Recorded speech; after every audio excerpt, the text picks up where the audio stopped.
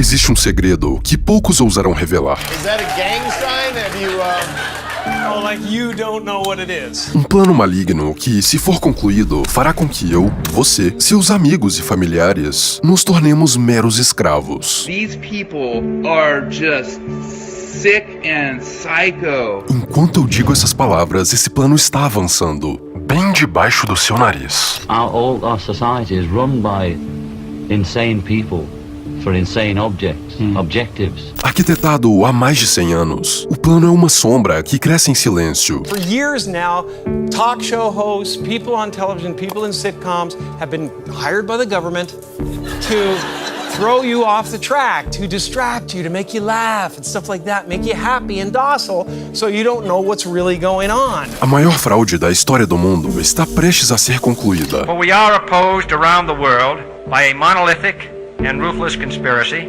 that relies primarily on covert means. Alguns tentaram nos alertar sobre isso no passado. On infiltration instead of invasion, on subversion instead of elections, on intimidation instead of free choice. Mas o sistema, parceiro, sempre dá um jeito de corrigir suas falhas.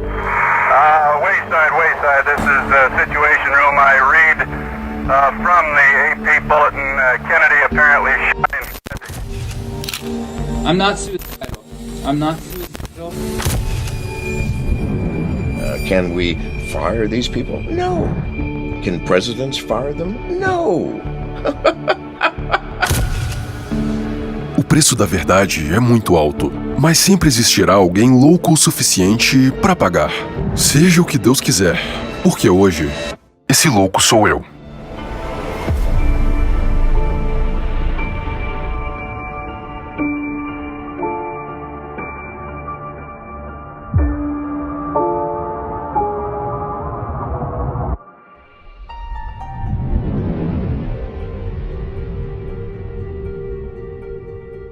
Junho de 2020, o Fórum Econômico Mundial publica um vídeo intitulado O Grande Reset. Com uma música de fundo inspiradora, o vídeo parece uma propaganda de margarina que mostra um mundo em colapso e dá a entender que precisamos reiniciar todo o sistema para viver em harmonia e felicidade. A pergunta que esse vídeo não responde é: a que custo? Quase todo mundo já ouviu falar no Fórum Econômico Mundial, mas poucos entendem de fato o que é isso. Imagine um jogo de xadrez global. Você tem reis, rainhas, bispos e peões. Nesse jogo, o Fórum não representa nenhum desses papéis. É ele quem move as peças e antecipa cada jogada. O fato de o vídeo ter sido publicado por uma organização tão poderosa nos faz questionar quais são as reais intenções por trás disso. Afinal, o que se passa na mente de pessoas com tanto poder nas mãos? Imagine que você é uma pessoa extremamente ambiciosa. Ambição essa que te levou a um patamar de influência e poder inimagináveis. Você sempre esteve disposto a fazer o que fosse preciso para conquistar seus objetivos. Mas chega um momento em que só tem um obstáculo entre você e a dominação completa: a liberdade individual. Mas como você convence bilhões de pessoas a abrirem mão de sua própria liberdade? Bom, você já tem muito poder, e essa influência pode ser usada para desestabilizar a economia, financiar conflitos e tornar do mundo um lugar sombrio. Então, você move as peças do tabuleiro até que tudo saia dos trilhos. E você faz isso de forma nefasta. Esse mundo criado pelas suas ações faz da vida das pessoas uma melancólica tragédia. Elas sofrem e se tornam miseráveis a ponto de implorar por um salvador. E é aí que você entra em cena apresentando a solução. E ela é muito óbvia. Quer dizer, pessoal, acorda, deu tudo errado. Vamos recomeçar do zero. Deixa que eu resolvo isso pra você. Tudo o que o mundo precisa é de um reset.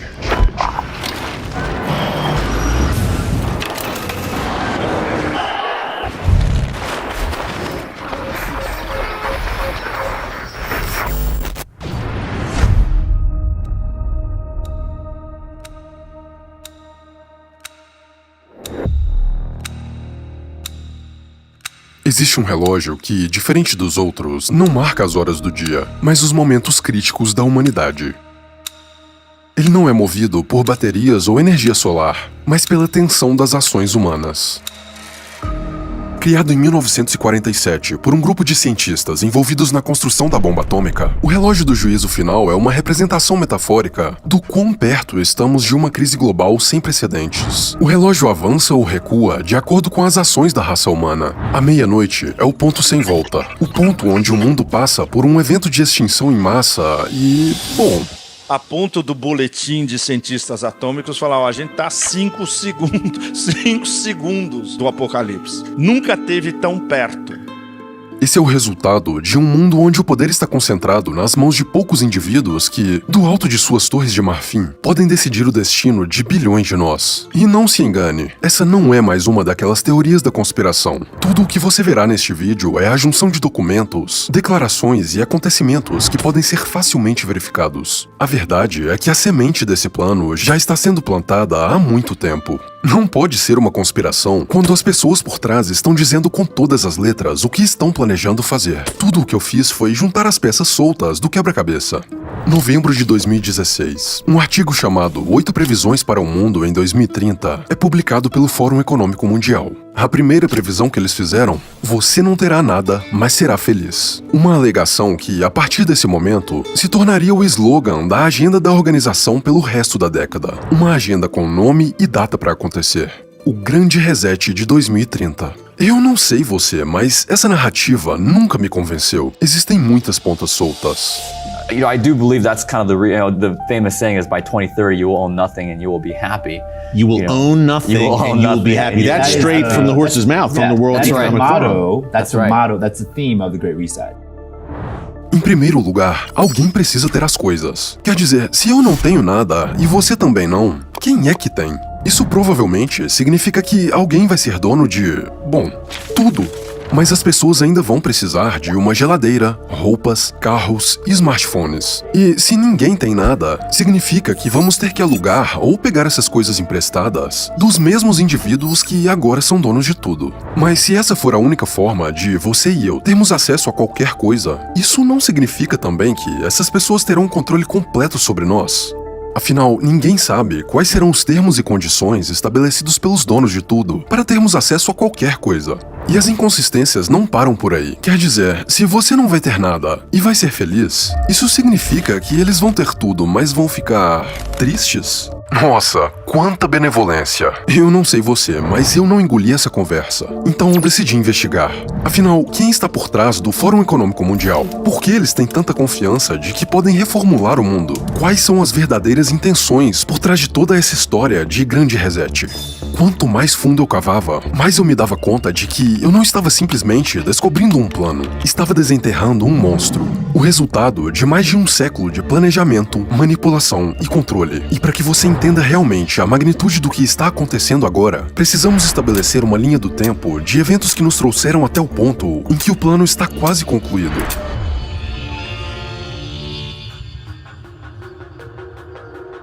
O pânico de 1907, a primeira crise financeira do século XX. Se você andasse pelas ruas de Wall Street, sentiria a tensão pairando naquele lugar. A corrida bancária desencadeou um efeito bola de neve, mas quando tudo parecia perdido, um homem conseguiu salvar o sistema financeiro de Nova York sozinho. JP Morgan. Esse foi o homem que resgatou os bancos arriscando seu próprio dinheiro. Mas por que ele faria isso? Por que um dos homens mais poderosos do mundo utilizaria seu dinheiro para salvar seus concorrentes da ruína? A primeira hipótese é que Morgan foi um herói benevolente se sacrificando pelo bem de todos. E a segunda é que ele enxergava o resgate aos bancos como uma oportunidade.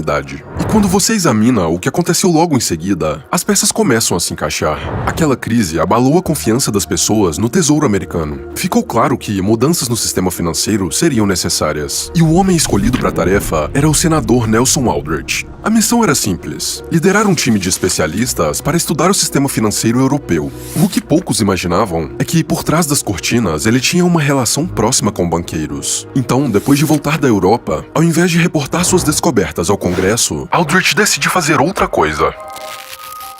Em 22 de novembro de 1910, o senador embarca em um trem em completo sigilo, junto de 6 outros indivíduos. O destino era uma ilha privada na costa da Geórgia. Para preservar as identidades, Aldrich instruiu todos a irem vestidos como caçadores de patos. Como se isso já não fosse suspeito o suficiente, todos também teriam que usar codinomes. Ele estava tramando algo grande, algo que não conseguiria realizar sozinho. Então montou um clubinho secreto em uma ilha, mais especificamente em um estabelecimento cujo dono era, adivinha, JP Morgan. E guarde essa informação, ele não era o único dono. O clube também pertencia aos Rockefeller, uma das linhagens familiares mais ricas do mundo. Eu sei, ainda tem uma pergunta que não foi respondida. Quem seriam as pessoas convidadas para um evento tão secreto? Na época, ninguém imaginava. Mas 10 anos mais tarde, a lista dos integrantes foi revelada. A. Piatt Andrew, Paul Warburg, Arthur Shelton, Henry Davidson e Frank Vanderlip.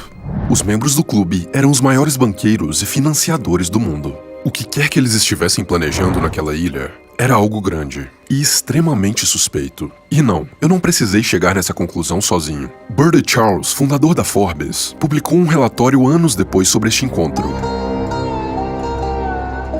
Imagine uma festa com os maiores banqueiros da nação saindo de Nova York em um vagão de trem particular, sob o manto da escuridão, viajando furtivamente centenas de quilômetros ao sul, embarcando em um lançamento misterioso, esgueirando-se para uma ilha deserta, exceto por alguns empregados, vivendo lá por uma semana inteira sob um sigilo tão rigoroso que o nome de nenhum deles foi mencionado uma única vez, para que os empregados não descobrissem a identidade e revelassem ao mundo essa expedição mais estranha e secreta na história das finanças americanas. Não estou inventando, estou revelando ao mundo pela primeira vez a verdadeira história de como a base do nosso novo sistema de moeda foi escrito.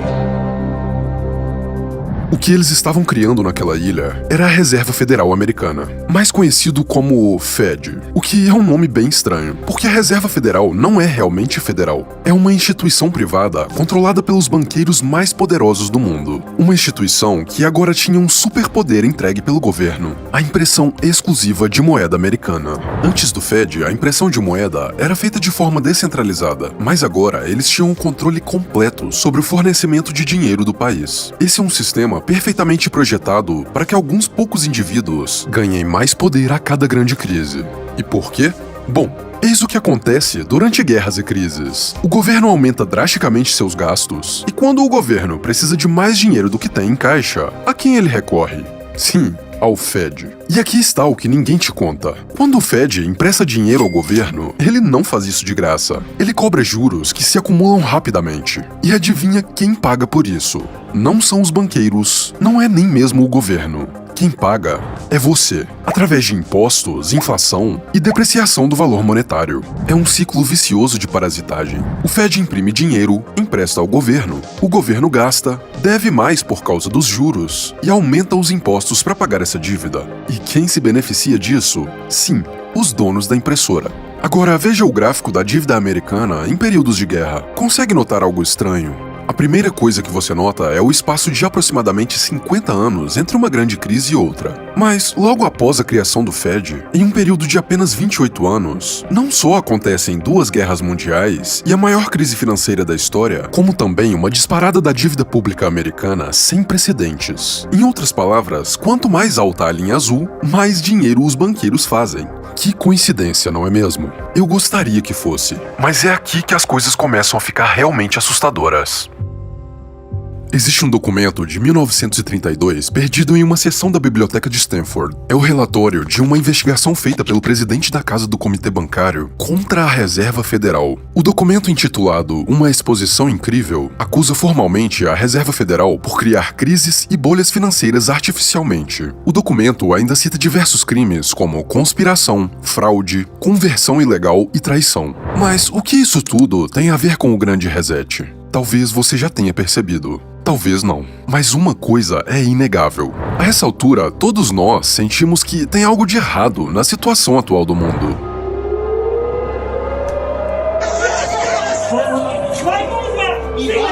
Estamos todos nos sentindo sufocados, paralisados, amedrontados.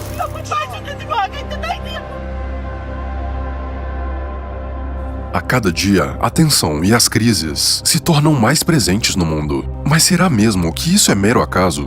Será que toda essa instabilidade não pode ter sido fabricada? Quer dizer, esse é o jogo, certo? Encontrar ou criar crises e explorar o máximo delas. E isso fica muito claro em alguns trechos deste livro.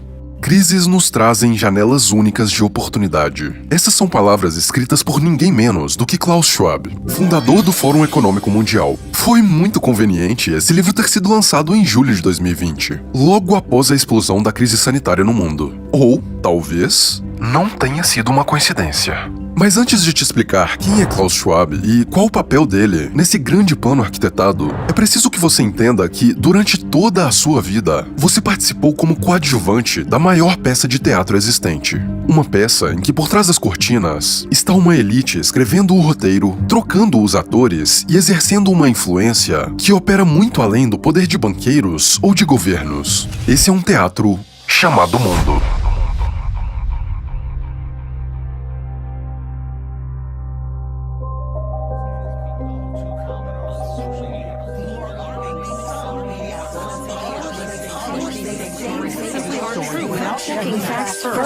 Unfortunately, some members of the media use their platforms to push their own personal bias and agenda to control exactly what people think. And this is extremely dangerous to our democracy. Sim, é isso mesmo que você está presenciando. Isso é uma compilação de inúmeros veículos de mídia apresentando exatamente o mesmo texto. Mas não era para eles serem concorrentes? Quer dizer, são canais diferentes que competem pela audiência. O canal que consegue se destacar ganha mais audiência e vence a concorrência, certo? Mas se isso é verdade, significa que todos os jornalistas e veículos de mídia espalhados por diferentes lugares do mundo chegaram independentemente às mesmas conclusões? Não só isso, como também escolheram as exatas mesmas palavras do texto? Qual é a probabilidade disso? Eu não sei você, mas eu tenho outro palpite. E se a tal competição fosse na verdade uma cortina de fumaça? Um espetáculo meticulosamente coreografado para nos dar a ilusão da escolha. A verdade é que a concorrência entre megacorporações não existe de fato. É mera ilusão. Ou melhor, mero teatro. Quando você reserva um voo, escolhe um seguro, faz compras ou seleciona um serviço de streaming, você tem a ilusão de estar fazendo escolhas, mas está na verdade financiando uma elite só. As marcas podem parecer diferentes, os logotipos podem não ser os mesmos, mas o dinheiro sempre flui para os mesmos bolsos. Mas não acredite em mim, eu já disse, isso não é uma conspiração. Tudo o que está sendo apresentado nesse vídeo pode ser verificado. Então, por que não verificamos juntos? Por que não começamos com uma das marcas mais conhecidas do mundo, Coca-Cola?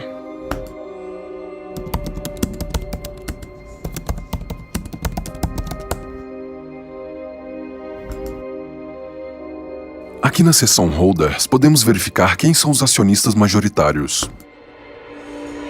Interessante, essa é a lista dos top 10 investidores institucionais. Agora vamos ver a quem pertence os fundos de investimento. O nome Vanguard aparece 6 vezes. E é também o segundo maior acionista institucional. Agora vamos ver quem está por trás da maior concorrente da Coca-Cola, a Pepsi.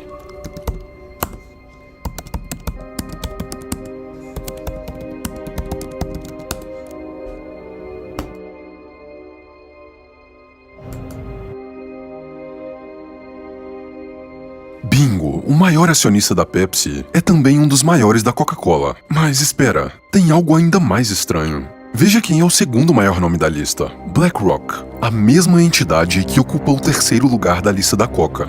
Coca-Cola e Pepsi podem ser tudo, menos concorrentes. Se isso já não é estranho o suficiente para você, respira e vem comigo, porque a toca do coelho é muito mais profunda do que isso.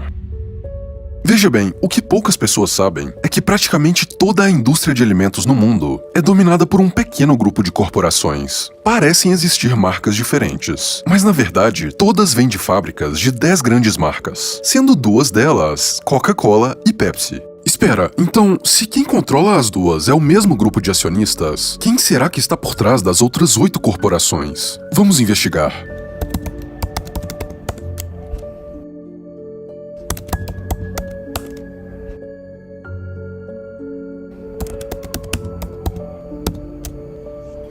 Uma instituição privada.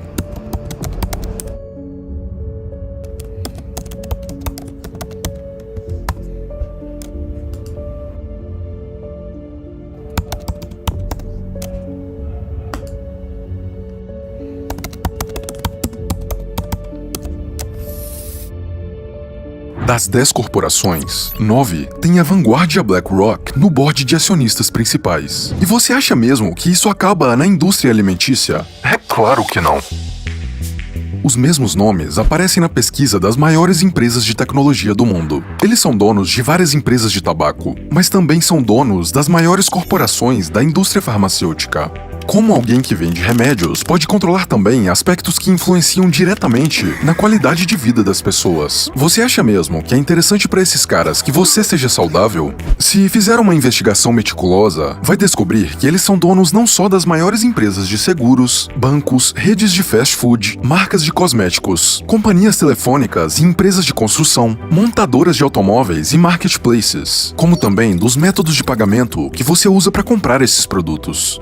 Mas não é só isso. BlackRock e Vanguard estão no topo de uma pirâmide formada por uma rede de investidores institucionais. Todos eles têm participação nas ações uns dos outros. Os maiores são donos dos menores. Em outras palavras, o poder das duas companhias do topo é literalmente inimaginável. Mas o que isso tem a ver com o Grande Reset?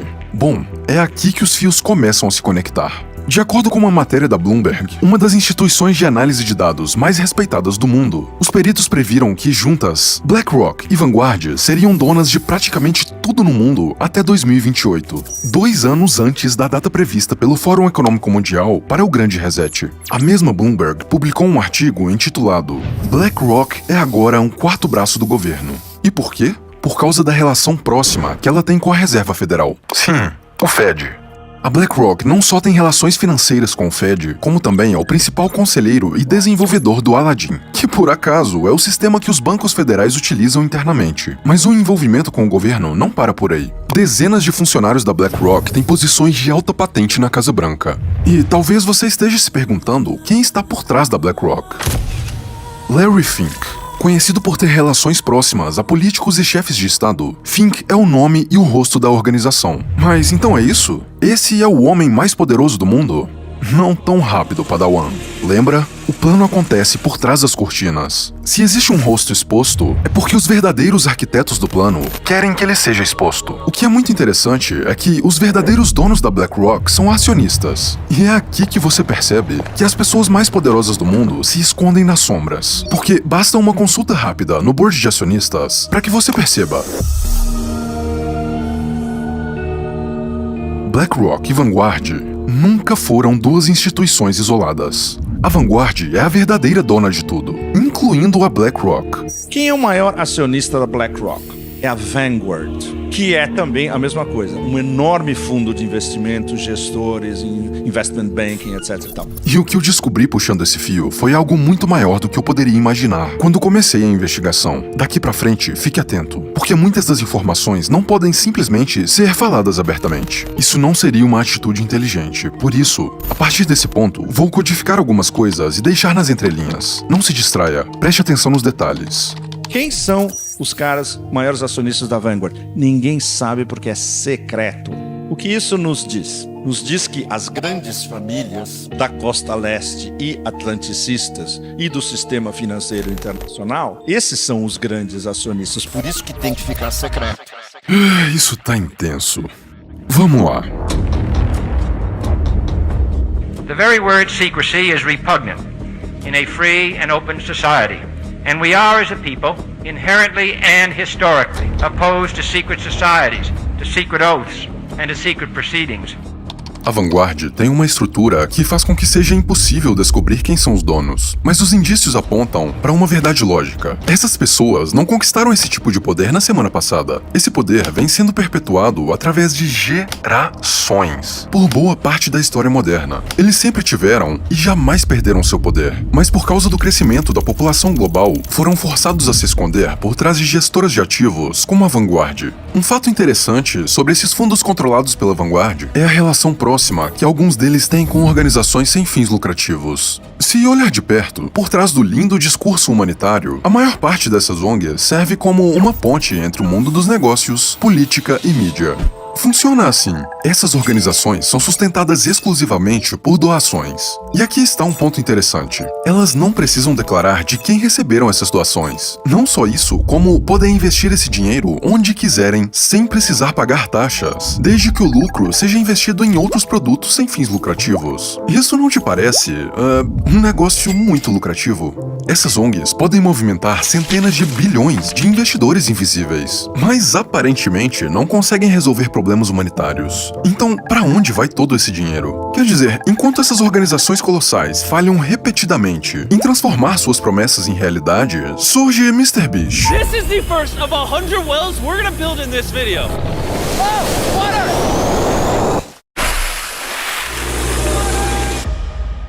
Um youtuber que, do nada, financiou sozinho uma iniciativa para construir 100 poços de água potável na África. E não, ele não recebeu aplausos ou reconhecimento dessas ONGs. Ao invés disso, foi bombardeado por críticas. Como poderia ser diferente? Essa atitude deixou as ONGs completamente expostas. De acordo com o Fórum Econômico Mundial, perdendo apenas para o governo americano, o maior financiamento da Organização Mundial da Saúde vem de uma dessas ONGs, a Fundação Bill e Melinda Gates. Aqui temos um nome conhecido, Bill Gates, um homem que não só tem uma relação próxima com as maiores farmacêuticas do mundo, como também faz negócios com elas. Sim, exatamente as empresas que você está pensando agora. As mesmas que salvaram o mundo recentemente. Todas elas controladas pela Vanguard e BlackRock. Quer ouvir uma história interessante? 18 de outubro de 2019, alguns meses antes de aquele evento mundial começar, no Hotel Pierre, na cidade de Nova York, é realizada uma reunião para um grupo seleto de 130 convidados da elite mundial.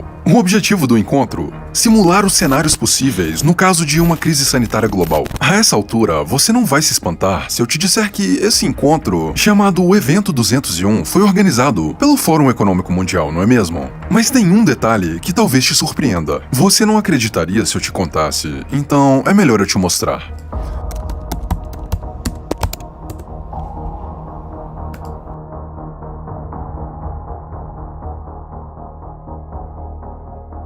A organização do evento foi realizada por mais duas entidades, sendo uma delas Bill e Melinda Gates. Vamos ver do que se trata essa outra.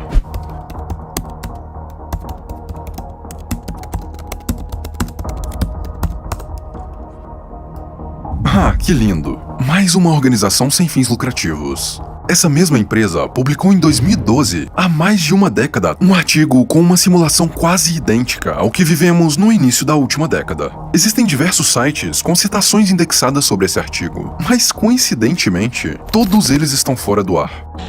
Depois de muita busca, eu consegui encontrar, mas já ficou evidente que os rastros desse documento estão sendo varridos do mapa. E nós não queremos acionar esse radar. Então fique atento à única palavra que realmente interessa no artigo.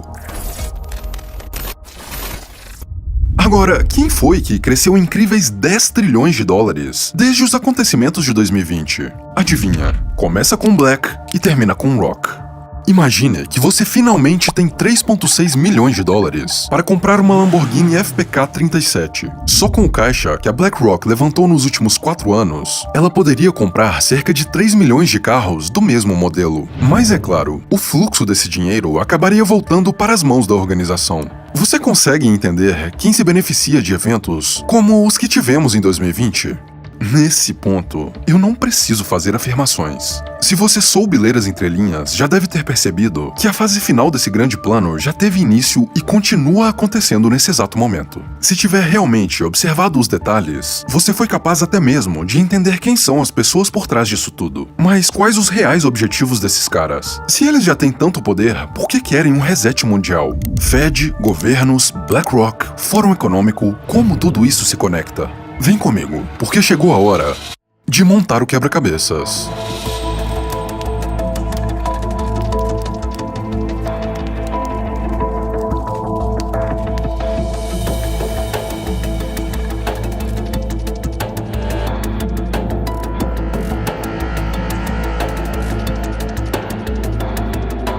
People assume we are just going back to the good old world which we had. And everything will be normal again in how we are used to normal, in the old fashion. This is, let's say, fiction. It will not happen. Uma reunião anual de debates realizada em Davos com o objetivo de tornar o mundo um lugar melhor. Essa é a descrição do Fórum Econômico Mundial sobre si mesmo. Mas, de acordo com os mais críticos, o fórum é onde as empresas mais ricas do mundo podem fazer acordos e negócios com políticos e chefes de Estado. Agora reflita, essa reunião anual já acontece desde 1971, mesmo ano em que o dólar perdeu seu lastro no ouro. Se o objetivo é resolver os problemas do mundo, por que então, desde essa data, os problemas só aumentaram?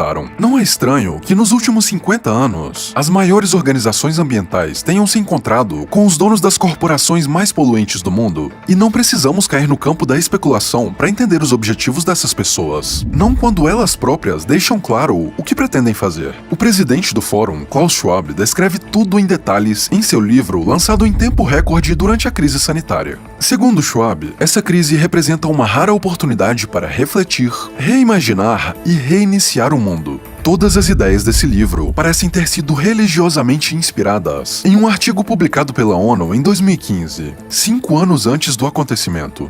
Transformando o Mundo, a Agenda 2030 para o Desenvolvimento Sustentável. Esse é o nome do artigo que apresenta os 17 objetivos para transformar o mundo em um lugar sustentável.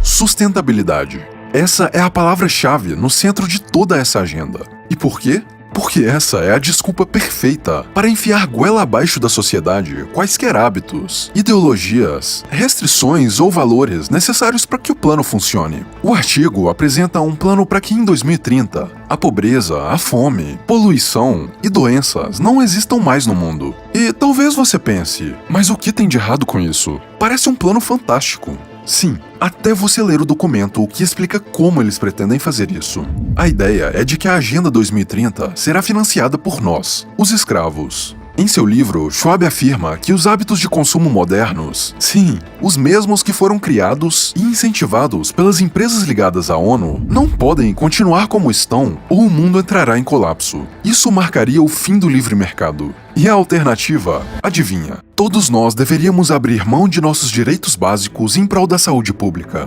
Seremos obrigados a nos livrar de nossa riqueza em prol da redução da pobreza. Em outras palavras, Schwab quer um mundo onde ele e seus amigos, que já são donos de quase tudo, sejam finalmente donos de absolutamente tudo. E o plano deles para conseguir isso é o seguinte: a ONU quer cobrar impostos de todos os países do Ocidente e entregar a megacorporações cujos donos você sabe muito bem quem são. Essas empresas seriam contratadas para reconstruir a sociedade. A desculpa é perfeita. O aquecimento global é culpa dos seres humanos. Essa é uma ameaça mundial e todos nós temos a responsabilidade de resolver esse problema, certo?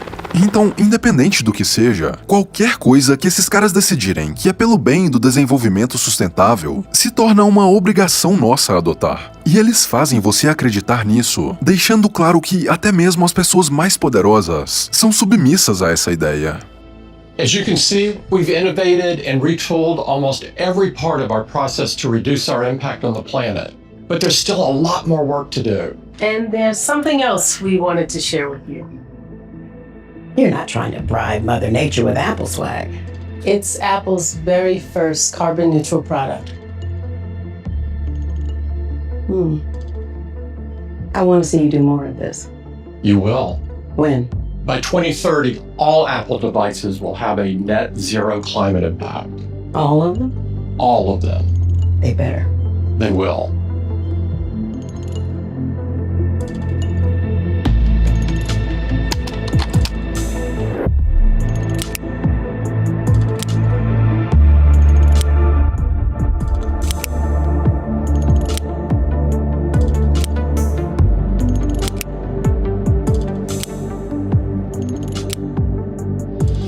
Segundo essa agenda, se quisermos viver em um mundo sustentável, todos nós precisaremos ser responsáveis. Eu não quero que o mundo acabe por minha causa. E você também não. Nós queremos ser responsáveis com o planeta. Então, o que precisamos fazer para contribuir com o meio ambiente? Simples. Tudo o que eles mandarem.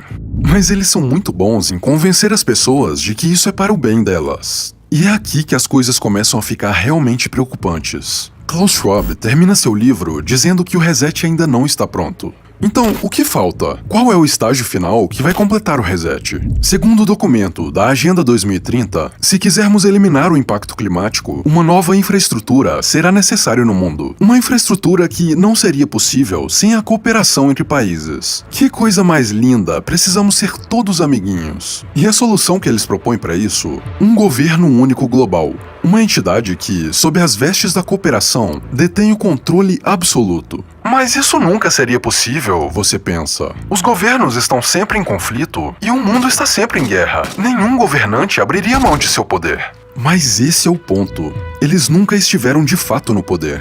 O que a maioria das pessoas não entende é que existe um número seleto de indivíduos que se beneficiam e ganham poder a cada uma dessas crises e conflitos. Enquanto essas crises nos enfraquecem, eles enriquecem e se fortalecem. Essas pessoas não participam dos conflitos. Eles estão por trás das cortinas, observando e influenciando tudo. Reflita sobre o slogan "Você não terá nada, mas será feliz". Porque parece que seus pais e avós tinham muito mais facilidade para construir patrimônio do que qualquer pessoa da nossa geração. Graças à impressão desenfreada de dinheiro, às diversas crises, inflação e aumento de impostos, você já não tem quase nada. O mercado imobiliário está se tornando quase inacessível, um carro já é considerado artigo de luxo, você trabalha como condenado e no fim do mês mal consegue pagar as contas mais básicas. Mas é claro, com muito esforço, você ainda é capaz de sonhar em ter algumas dessas coisas. Você ainda pode trabalhar, receber o fruto do seu suor e guardar um pouco para ter mais liberdade no futuro. E sabe o que isso significa? Significa que, se você pode poupar para conquistar algumas coisas, alguém ainda não pode ser dono de tudo. Esse alguém não vai aceitar isso. E durante a minha investigação, eu descobri exatamente como ele pretende resolver esse, digamos, empecilho.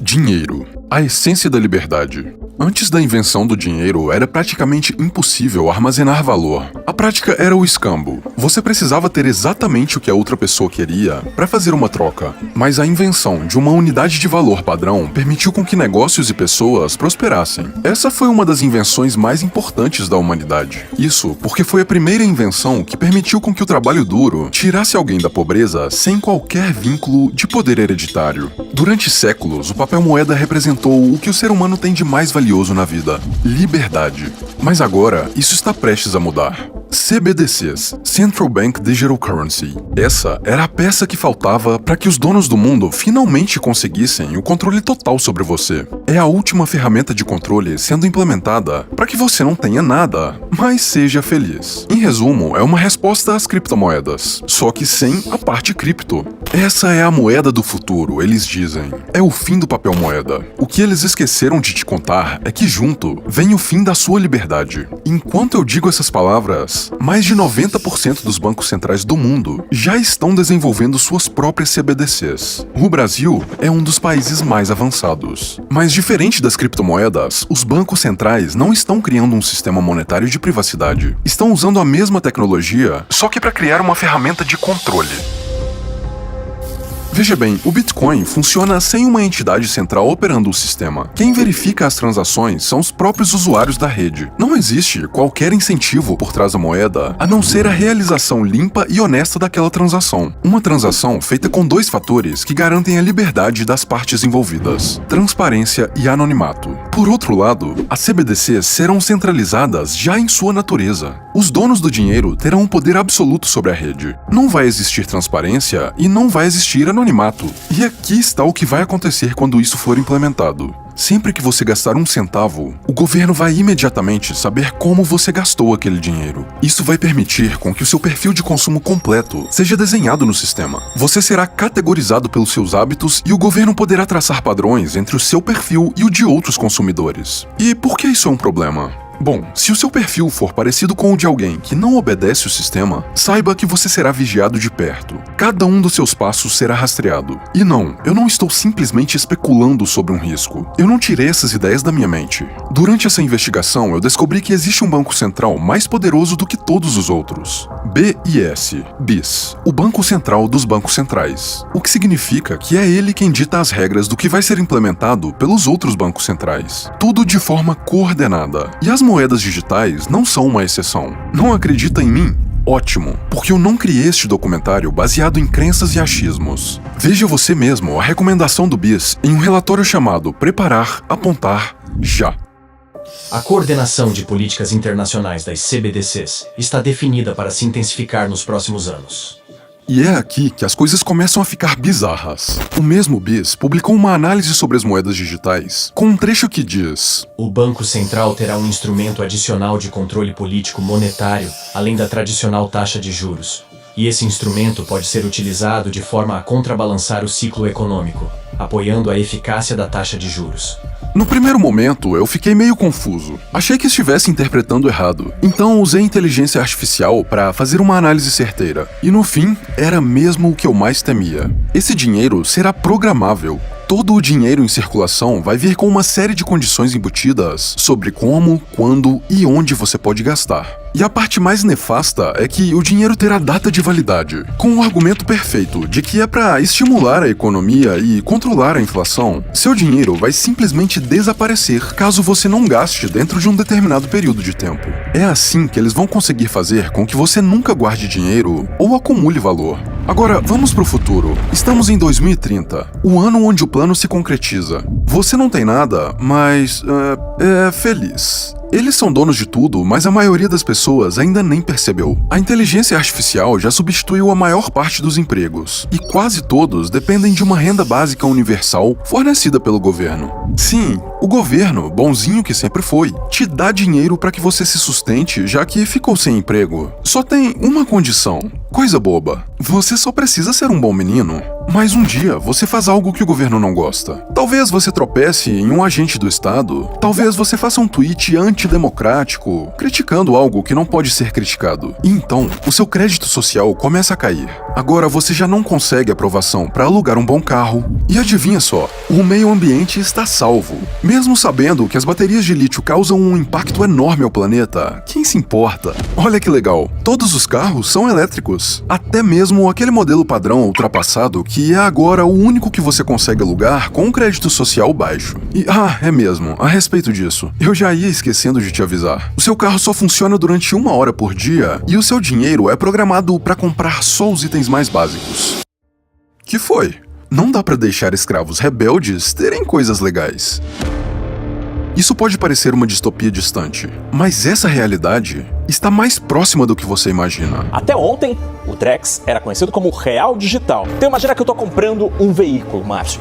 Vai comprar um veículo e consegue programar o dinheiro. Então eu comprei um carro lá de 50 mil reais. E o dinheiro vai ter a capacidade de monitorar a internet, Márcio, para perceber quando o carro for transferido, aí sim o dinheiro se transfere sozinho. Mas há um outro exemplo na próxima tela. Hoje não há como carimbar o dinheiro de um programa social. Por exemplo, o governo tem o Vale Gás. Então o governo cria, por exemplo, usa o Drex para pagar o dinheiro, o Vale Gás, o dinheiro para as famílias comprarem o gás, e o beneficiário recebe este dinheiro pelo Drex na sua conta corrente, e este dinheiro ele vem carimbado, programado pelo governo, que é o emissor da grana. Diz, por exemplo, que não pode usar para comprar roupa numa loja, ou para comprar alguma coisa, um cigarro, por exemplo, não é permitido. Mas o dinheiro vai perceber que ele está sendo usado, por exemplo, num CNPJ que vende gás de cozinha, e aí, neste caso, a compra é concretizada. Então, como se o dinheiro ficasse bloqueado na minha conta para aquele fim. Exatamente. O dinheiro, isso, hein? O dinheiro percebe para onde ele está indo. Sim. E se não tiver de acordo com a regra original, ele simplesmente não liquida aquela operação, a compra não é feita.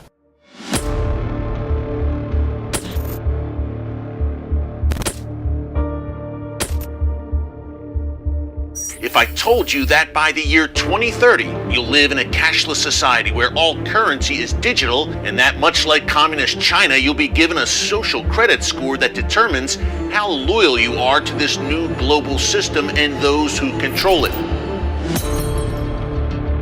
Eu sei. Um futuro em que estamos presos em um jogo de sombras, controle e manipulação não parece um bom lugar. Mas então é isso? É um beco sem saída? Estamos todos fadados a ser marionetes para sempre? Eu não engulo isso. Não existe plano perfeito. Não há sistema impenetrável. Sempre existe uma brecha, uma saída, uma maneira de reverter o jogo. Afinal, se tem uma coisa que a história nos ensina, é que são nas situações mais sombrias que as maiores reviravoltas acontecem. Você não achou mesmo que eu fosse investigar tudo isso sem buscar por um plano de fuga, não é mesmo? Preste muita atenção, porque o que eu vou compartilhar agora não é uma estratégia de sobrevivência. É uma rota até a liberdade.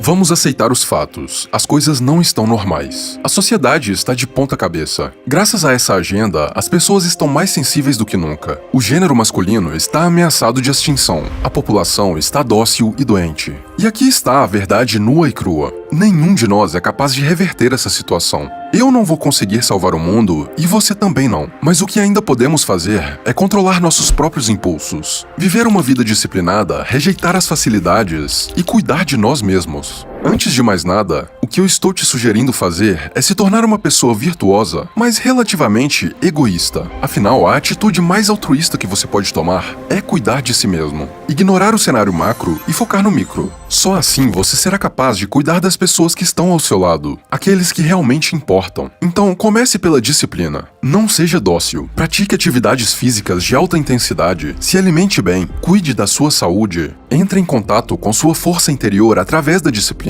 Isso vai preparar o seu estado mental, emocional e espiritual para aplicar o plano de fuga. Agora preste muita atenção, porque estamos em uma corrida contra o relógio. Temos só mais alguns anos para agir. O que vou compartilhar agora é uma estratégia que eu estou adotando pessoalmente para não só sobreviver, como também prosperar em um mundo dominado por essa agenda de controle. Não vai ser fácil, mas vai valer a pena. Existem 3 tipos de liberdade que precisam ser conquistadas antes que essa agenda seja concluída: liberdade financeira, geográfica e liberdade de tempo.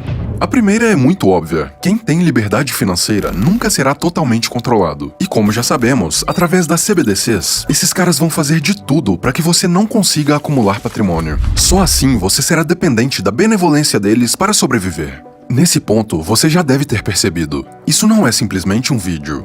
É um alerta. E se você estiver realmente levando a sério, não pode mais existir espaço para futilidades na sua vida. Não enquanto você tiver um patrimônio pequeno. Isso significa que, a partir de agora, você deve investir cada segundo da vida em aumentar sua fonte de renda, acumular o máximo que puder e gastar somente com o básico. Eu já vou te mostrar a minha estratégia para conseguir isso. Mas antes, vamos cobrir as outras 2 vias de liberdade. Liberdade de tempo. Eu vou ser bem direto. Trabalho duro por si só não vai fazer com que você enriqueça. Não em um período tão curto de tempo. Você precisa parar de vender o seu tempo. E para te explicar o motivo, eu precisaria de um outro vídeo de mais de meia hora.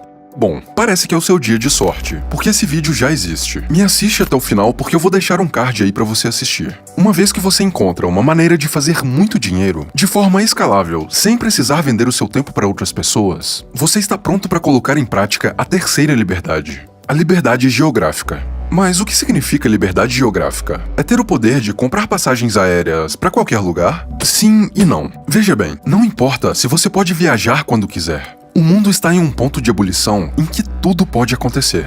Talvez você acorde amanhã e o Brasil não seja mais um lugar seguro. Talvez uma guerra de grandes proporções ecloda e o local menos afetado seja uma pequena ilha na costa da Geórgia. A verdade é que eu não posso prever o que vai acontecer. Ninguém pode. Mas devemos estar preparados. O mundo está prestes a mudar. Eles já estão planejando esse reset há muito tempo e estão dispostos a chacoalhar a sociedade de todas as formas possíveis para atingir seu objetivo. Isso significa que você precisa estar líquido, precisa ser ágil e preparado ao ponto de poder pegar as pessoas que você mais ama e levá-las para qualquer lugar do planeta a qualquer momento, sem se preocupar com o que está ficando para trás. E como é que você vai fazer isso se o seu patrimônio está imobilizado em um apartamento ou uma casa? Veja bem, eu não estou tentando matar o seu sonho da casa própria. O que eu tô sugerindo aqui é usar o seu dinheiro de forma inteligente. Então, pelo menos até 2030, não compre imóveis. Não gaste dinheiro com carros caros ou itens fúteis que não podem ser vendidos rapidamente. Além disso, não estabeleça sua principal fonte de renda em um único lugar.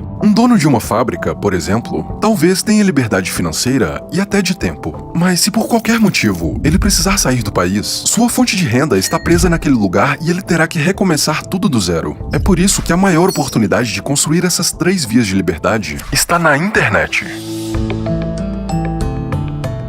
construir um negócio online te permite enriquecer mais rápido do que qualquer outro tipo de negócio. Isso trabalhando de qualquer lugar do mundo e construindo alavancagem. É assim que eu estou construindo a minha grande fuga. Meu negócio aqui na internet não é complexo. Eu crio conteúdo, construo audiência e vendo produtos para essa audiência. Quanto mais eu repito esse ciclo, mais exponenciais se tornam meus resultados. E olha, se você não faz ideia de por onde começar, comece aprendendo uma habilidade que seja valiosa na economia digital. Aí na descrição eu deixei um curso de edição de vídeos onde você aprende a fazer esse exato estilo de edição do meu canal. Eu poderia facilmente vender esse curso por mais de R$1.000, mas eu vou te entregar de graça. Não tem pegadinha, esses aqui são alguns dos comentários de pessoas que já fizeram a versão iniciante desse curso e agora eu quero anunciar que o curso intermediário foi oficialmente lançado. Você pode fazer os dois de graça, tá? Esse é um ótimo começo para você entender o jogo da internet e começar a construir sua liberdade. E depois você me agradece comprando alguma coisa de mim no futuro. Mas por enquanto, foque em você. Comece hoje. Eu sei, ainda existe uma ponta solta. Mesmo que você consiga fazer muito dinheiro através da internet e acumular patrimônio agora, se o sistema financeiro for pautado nas CBDCs, o tal prazo de validade não vai te obrigar a gastar tudo. Como você se protege disso? Veja bem, uma das melhores opções para acumular patrimônio ao longo da história foi o ouro físico. Suas características fazem com que ele tenha valor intrínseco. Ele é escasso por natureza, durável ao longo do tempo e divisível. Mas o ouro tem um grande problema. Você não consegue carregar grandes quantidades com facilidade. E isso se torna ainda mais difícil e arriscado caso o governo decida proibir sua posse, como já aconteceu no passado. E é aí que entra a mais poderosa das ferramentas em qualquer cenário de conflito ou incerteza: a criptografia. Porque com Bitcoin tu compra em real e aí você retira em dólar aqui através de uma conta americana. Então é uma forma boa de você transferir dinheiro sem passar pelo processo normal de transferência internacional. É mais fácil, é mais rápido. Existe um motivo pelo qual o Bitcoin é apelidado de ouro digital. Ele compartilha todas as características fundamentais do ouro, mas com vantagens que o tornam uma reserva de valor muito mais poderosa do que o próprio ouro. Diferente do ouro, o Bitcoin é incrivelmente portátil. Você pode armazenar uma fortuna em um pequeno dispositivo que cabe no bolso. Perdeu o dispositivo? Não tem problema. A única forma de alguém ter acesso é através de uma palavra-chave guardada num único lugar que ninguém jamais poderá acessar: sua mente. Além disso, o Bitcoin é divisível até a 8ª casa decimal. Isso permite a transação de valores muito pequenos, feitas de qualquer lugar do mundo. Você pode tranquilamente comprar uma fração de Bitcoin por R$10. Mas a maior vantagem é a resistência à censura. Enquanto o ouro pode ser confiscado, o Bitcoin opera em uma rede descentralizada. Não há uma autoridade que possa congelar ou apreender seus Bitcoins, desde que você armazene da maneira correta.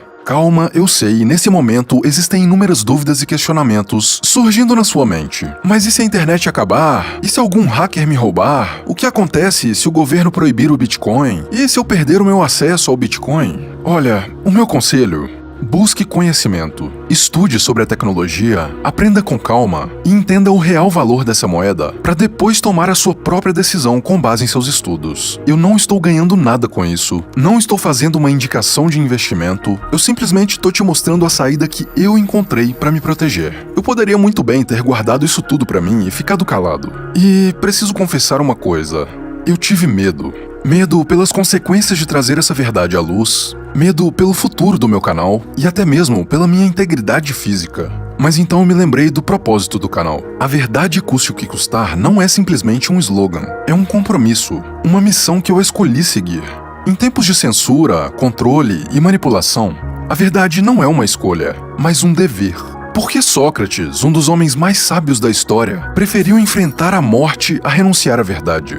Porque ele sabia que a verdade é a essência da liberdade. Ele compreendeu que viver uma vida sob o fardo do oculto, do sombrio, da inverdade, feria o propósito da existência e da virtude humana. Estamos em um momento ímpar da história. Um momento em que a verdade está sendo ofuscada por interesses e agendas secretas. Mas ainda há uma chance, uma esperança.